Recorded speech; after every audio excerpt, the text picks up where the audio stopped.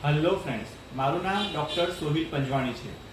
આજના જમાનામાં જ્યારે લોકો પોતાની સ્માઇલ અને પોતાના દેખાવ વિશે જ્યારે વધુ જાગૃત થયા છે, ત્યારે પોતાના દાંતને લાઇનમાં અને સીધા કરાવવા માટે લોકો વધારે આવી રહ્યા છે। આજે આપણે ઓર્ડિનરી ટ્રીટમેન્ટ કે જે બ્રેસિસ ટ્રીટમેન્ટ છે તેનાથી અલગ અલાઇનર ટ્રીટમેન્ટ વિશે થોડી માહિતી મેળવીશું। અલાઇનર ટ્રીટમેન્ટ નોર્મલ બ્રેકેટ સિસ્ટમ અથવા તો બ્રેસિસ સિસ્ટમથી કઈ રીતે અલગ પડે છે?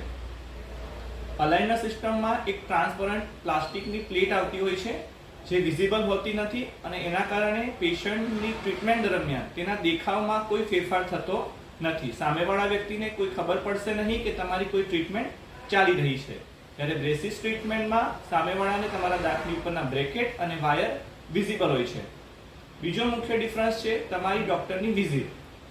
અલાઇનર ટ્રીટમેન્ટમાં તમને આખી ટ્રીટમેન્ટ દરમિયાનના સેટ તમને આપવામાં આવે છે। આથી રેગ્યુલરલી તમારે 1 મહિને 2 મહિને ડેન્ટિસ્ટની વિઝિટ કરવી પડતી નથી। જ્યારે બ્રેસિસ ટ્રીટમેન્ટમાં તમારે દર 1 મહિને ડૉક્ટરની વિઝિટ લેવી પડે છે। ત્રીજો મુખ્ય ડિફરન્સ છે તમારે ખાવા પીવાની આદતોમાં ફેરફાર।